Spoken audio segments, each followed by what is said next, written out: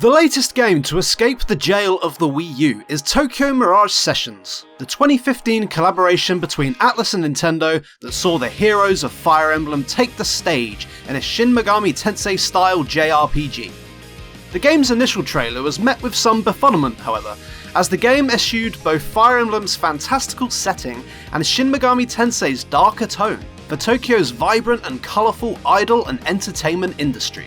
It's practically a musical, detailing the teen protagonist's wholesome journeys to stardom. But beneath that saccharine veneer, I found a horror so terrifying, so mortifying, that it made my blood curdle and my bones shiver. A stark and real horror that bled into the game from its own development and the frustrated staff behind it. Ladies and gentlemen, this is your favourite magical boy, Bamboo Fighting, welcoming you to Silent Voices, Tokyo Mirage Sessions.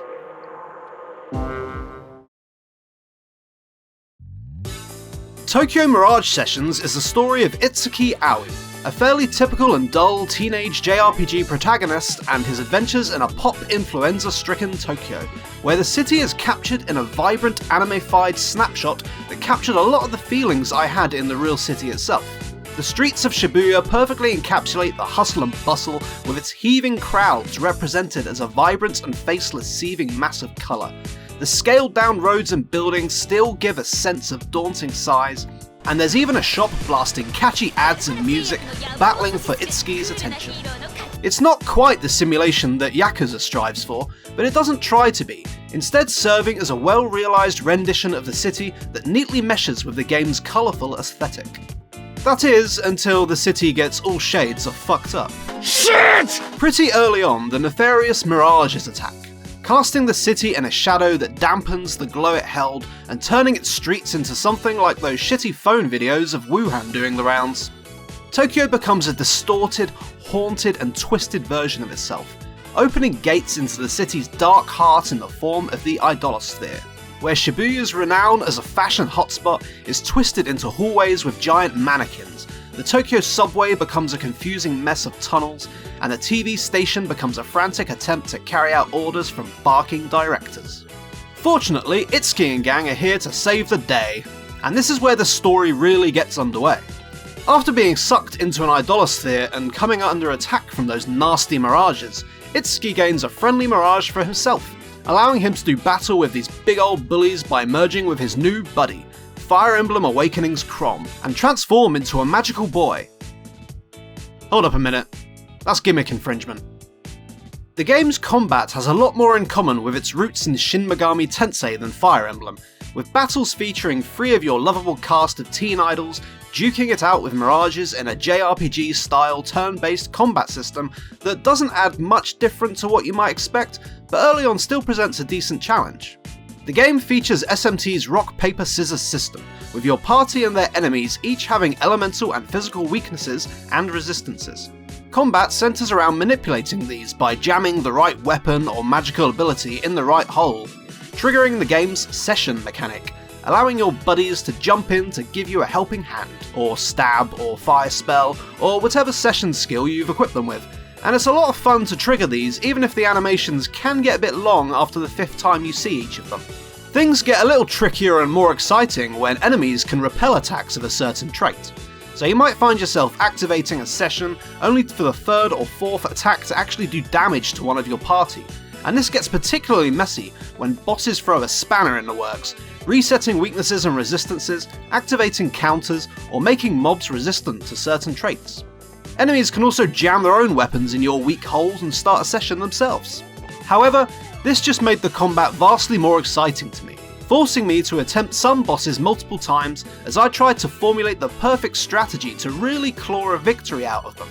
At this point, the game held a really satisfying challenge for me. Unfortunately, as the game progressed and my party developed through the story, this all began to fall apart a bit. After this initial skirmish with the Mirages, Itsuki is joined by his lifelong friends Tsubasa and Toma, the latter of which reveals he's been fighting this battle for a while as part of Fortuna Entertainment, one part entertainment agency, one part Ghostbuster squad, headed up by Maiko, the well-endowed executive who is a little overly flirtatious with teenage boys. It's still creepy when the genders are flipped, damn it. At Fortuna, Itsuki learns that the Mirages are an organisation of ghouls who seek to farm the Tokyo citizens' performer, a kind of energy that represents each person's capacity to express themselves. And this theme of expression lies at the core of the game's story, as well as bearing some implications on the gameplay thanks to it being weaved into your character's progression. Itsuki eventually amasses a group of several Mirage hunters, each with a charming side story that focuses on their burgeoning ability to express themselves in both their performances and battle with new abilities. And it's here that the combat began to falter. These new abilities include several things, such as joining sessions when not in battle, as well as duos where two members will team up for a boosted attack. The problem is, these eventually trivialise combat in a frustrating way, resulting in sessions where all characters jump into battle, each with an annoyingly long animation even on fast mode, and then a duo triggering yet another string of sessions. It got to the point where you could just use Itsuki's ability to give everyone 2 turns in a row, use each character's charge or concentrate ability to give their next attack and resulting session a double damage boost, and eat through bosses in a handful of turns. This kinda pissed me off. I had relished in the engaging challenge that some bosses had given me, only to have it taken away by the game making my cast too powerful, with no effort on my part. I didn't even grind, and in fact skipped several battles to try and keep the difficulty at an enjoyable level for as long as possible, but with each story sequence the characters went through, they grew more and more overpowered until the combat just wasn't fun anymore. It makes sense from a narrative and thematic viewpoint, but I can't help but feel disappointed that a surprising upside of the game had been lost. Speaking of narrative and themes and other ways of saying story, let's delve into that properly now. As Fortuna grows, Itsuki is joined by a wonderfully endearing cast of aspiring entertainers, and much of this endearment is found in the game's ability to create charming juxtapositions. Tsubasa's innocence and naivete contrasted by her plucky determination, Toma's boisterous confidence hiding a sense of self-doubt, the tsundere Kiria with a sincere soft heart, and the metalhead Barry who is enamoured by a magical girl anime. They're quite tropey, but the writing makes them extremely relatable, as well as crafting impeccable vehicles to explore the game's themes of not denying your true feelings, but accepting and expressing them with confidence, a theme that, for me, peaked with 2 characters, Kiria and Ellie. Kiria loves cute things, particularly her favourite plushie. But as she got older and societal pressure grew ever stronger, she bottled this passion for the kawaii up and buried it deep beneath the cool girl persona she adopted for her musical act. She had let society's expectations of her kill a part of herself, and while this is heartbreaking, I think it makes her the most relatable of the gang, as, to some extent, we've probably all been there. It reminded me of sitting on the bus as a youngling at the academy, listening to my old Sony Walkman. That's like an old, bulky, physical version of the Spotify app that ran on these compact disc things for you kids out there. A classmate asked me what I was listening to, and was surprised by my answer of no doubt, asking me why I wasn't listening to Slipknot or something. Much like Kiria, as I got older, these expectations began to influence me as I struggled for a way to fit into the world, stifling my love of a poppy ska band and replacing it with death metal. Not that I didn't like it, it was a way in which my taste was influenced by the expectations of others that hampered my own genuine feelings and how I expressed them. Ellie, on the other hand, isn't so much someone I can relate to, as someone I can sympathise with. I didn't like Ellie at first, at all. She was brash, arrogant, had an obnoxious hunger for fame, and couldn't stop talking about how Hollywood she was. But as her story developed, and through the conversations she had with Itsuki, she quickly became best girl. Congratulations. Congratulations! Congratulations. Ellie is biracial, half Japanese and half European, though I don't remember it ever being specified exactly which part of Europe. Because of this, she too feels judgment and expectation from those around her, and feels that she's treated as a novelty on a daily basis. She doesn't feel accepted as part of society, not because of who she is on the inside, but because of the way she looks on the outside. And it's this that creates the behaviour I had seen as obnoxious, and the desperation to make it to Hollywood. Not necessarily for fame, but for acceptance. She sees Hollywood as a place where she will be free to be herself, where she will be judged based on her acting ability and not simply on her biracial status. To me, this made her one of the most sympathetic characters, not because I could put myself in her shoes, but because I couldn't. I'll likely never know the struggles she faces, but thanks to the excellent quality of writing in her side story, I felt more able to understand the person it had led her to become, even if she could sometimes be a little abrasive. I even learned to laugh along with her Hollywood remarks. Both characters learn to accept these sides of themselves, and these kinds of self-discovery permeate all of the characters' stories, with Mamoru learning to stand up for herself instead of being overly sensitive of what others may think, and Yashiro discovering the power of friendship. There's also Toma, who, wants to be a superhero. CG 使って映像から見たらさ、本当に俺がスパイダーマンみたいになれるじゃん。And then there's Tiki, the most heartbreaking story of them all.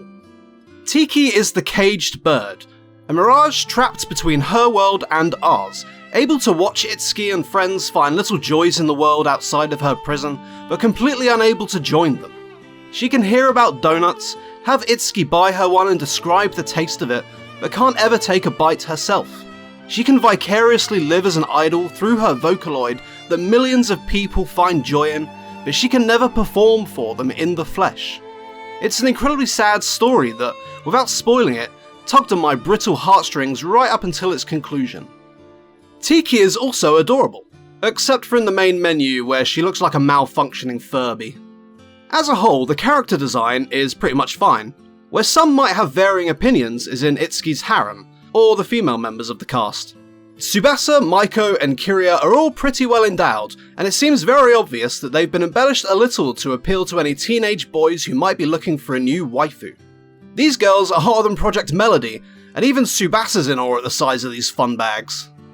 Personally, these kinds of designs don't really bother me, but I figured it's worth mentioning for those who are either into that kind of thing, or are most vehemently not into that kind of thing. You can also dress them up in all kinds of ways, and can even put Tiki in a pussy onesie.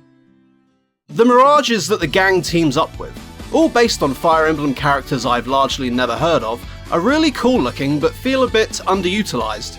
They don't really have a whole lot of meaningful interaction or much input on the narrative, instead serving as little more than the personas their role feels based off.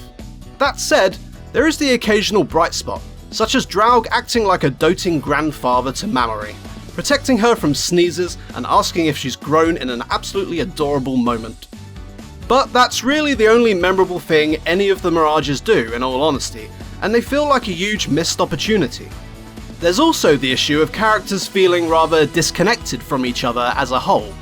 We have a gang teaming up to save the world, but there's little interaction between them. One of the most frustrating parts of the game was where Maiko tells us that Toma and Ellie have a great banterous relationship, but we never actually see any of that. It would have been great to see the gang grow together, sharing some sea salt ice cream at the end of a long day, and just generally palling around. But the only one they have any real conversation with is our leading man, Itsuki.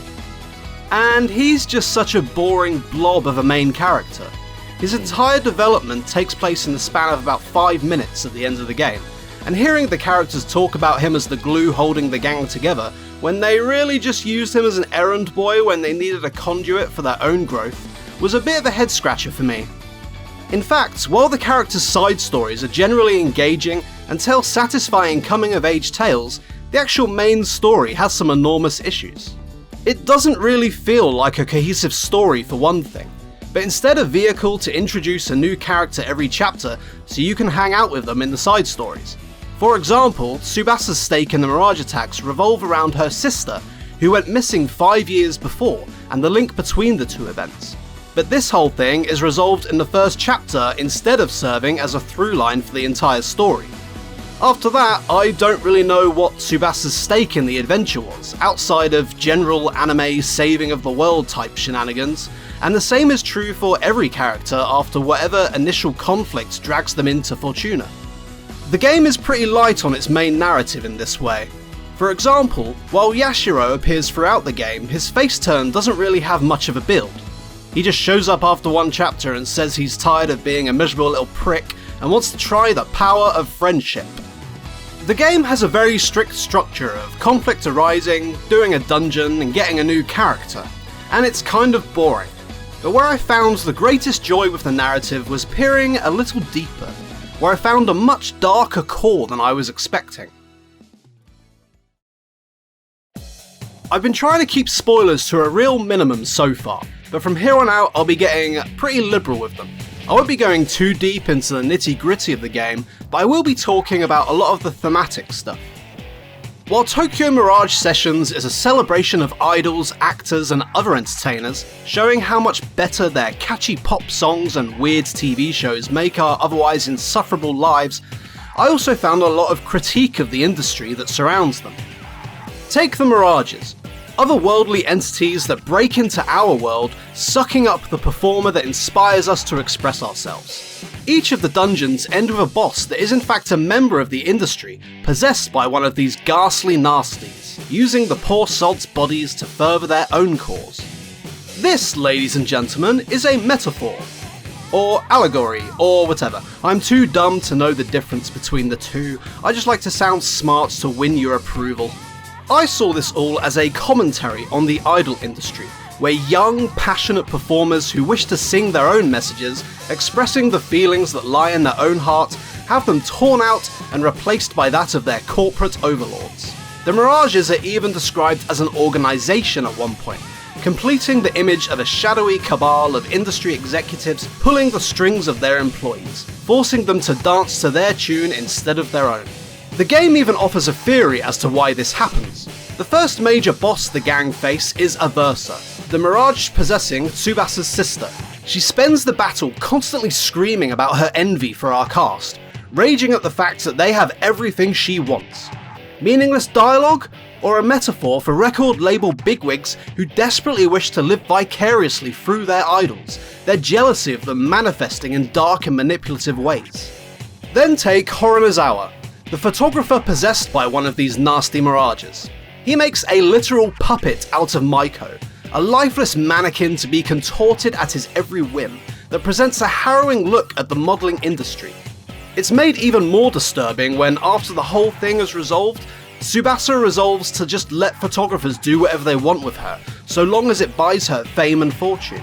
This is just beyond creepy to me, and if you've seen Terrace House, you might understand why. It's made a little more overt with Tarantino, a director on a TV show Tsubasa is starring in, who goes on a rant that there are no actors good enough to express his vision. It's all about what he wants to express, and his actors are just a means to that end for him, puppets upon the stage that is his own greatness. He insists over and over again that the only thing that matters is what he wants, and the Mirage possessing him offers a rather compelling reason for this behaviour. Excellus claims that Tarantino hates the world. On the surface, it's just a mustache-twirling villainous line, but perhaps instead it's a claim that the sense of dissatisfaction that manifests itself as art is a double-edged sword, also leading to these artists being abusive because of the derision they view the world around them with. For something even more harrowing, consider things from the Mirage's point of view. They have these complicated feelings that they yearn to express, their envy, their lust, their wrath, but no voice to do so, instead forced to possess the bodies of those who can. These emotions they bear are those generally seen as negative, which society rejects and stifles, much like Kiria's love of cute stuff, Mamori's frustration, and Ellie's dissatisfaction, though they were able to deal with them in a much healthier way than, possession. In this way, are Mirages representative of those society has historically shunned? Those with mental issues and depression who have been ostracised, told to close off those feelings, repress them, and have been made to feel like monsters? There's even a song in the game, performed by Yashiro, that says something along the lines of burying those negative emotions, and that only those with the power to do so will achieve anything. One of the Mirages is called the Culprit Monster, who tells Itsuki that humans can never understand a monster's feelings. It's another way that the game tells us that those with certain feelings are made to feel like monsters, outside of humanity. But Tokyo Mirage Sessions offers a solution, with Ellie telling Tsubasa to put herself in the monster's shoes and imagine how they feel, relate to them, perhaps to say that rather than pushing them away, we should try to find common ground with the monsters that society has made before they become genuine monsters. Yashiro, on the other hand, represents how selfish the entertainment industry can make you. Throughout the game, he appears and has basically one note: fuck everyone else, I'm doing this shit alone. He tells Itsuki to do the same, initially rejecting the power of friendship. But Fortuna, under Maiko's leadership, wants to do things differently. They're the opposite of the stereotypical entertainment agency, founded to save the world. In the literal sense of defending it against the Mirages, but also in the sense of saving the entertainment industry.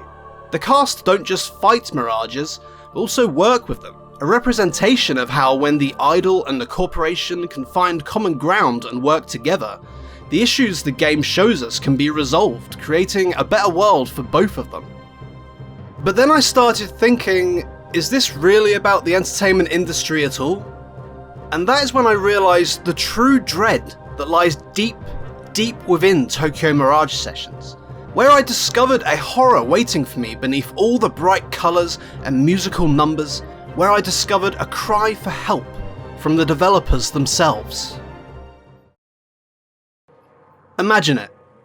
You are the staff of Atlus, told to create a cute and cheerful crossover between Shin Megami Tensei and Fire Emblem, two cultural juggernauts, by a company known for their approach to games as products over art form. All those years spent expressing ideas in Shin Megami Tensei and Persona, only to be told to throw it all out the window in favour of an easy cash cow. Horonozawa making a puppet out of Maiko was never about models, but about Nintendo executives twisting and controlling Atlus with no regard for their own desire, their own need for expression.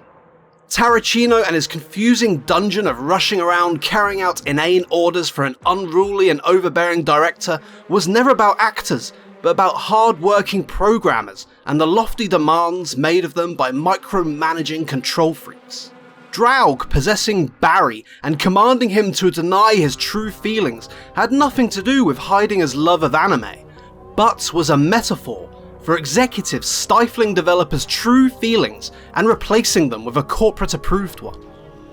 Then what if, just what if, Tokyo Mirage Sessions wasn't a commentary on the entertainment industry at all, but a desperate plea for help snuck into a bright, colourful Nintendo package?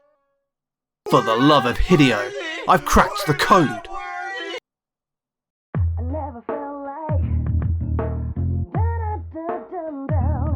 Hey Atlus, we've got a job for you.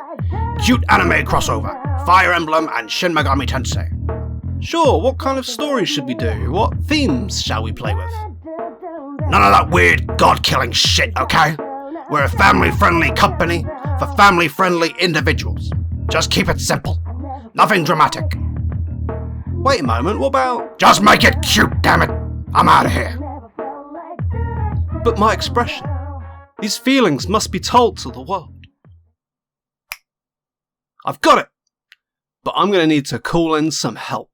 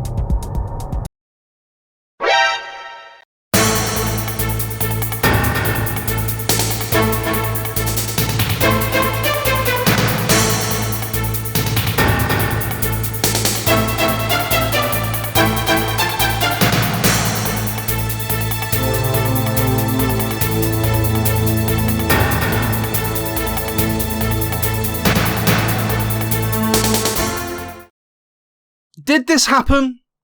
Probably not, But the more I thought about these themes and how deeply ingrained they were in so many creative industries, and how they might apply to the game's development itself, I became far more enraptured than I perhaps would have been had I taken the game's rather bare-bones narrative at face value. All in all, I found Tokyo Mirage Sessions to be a pretty fun time, full of an endearing and colourful cast, if an underwhelming main story and a fun combat system that unfortunately loses its way. I'm not sure what it says about the game that the most fun I had with it was coming up with an insane conspiracy theory, though. But if you're a fan of either franchise or just decent RPGs, give the game a go.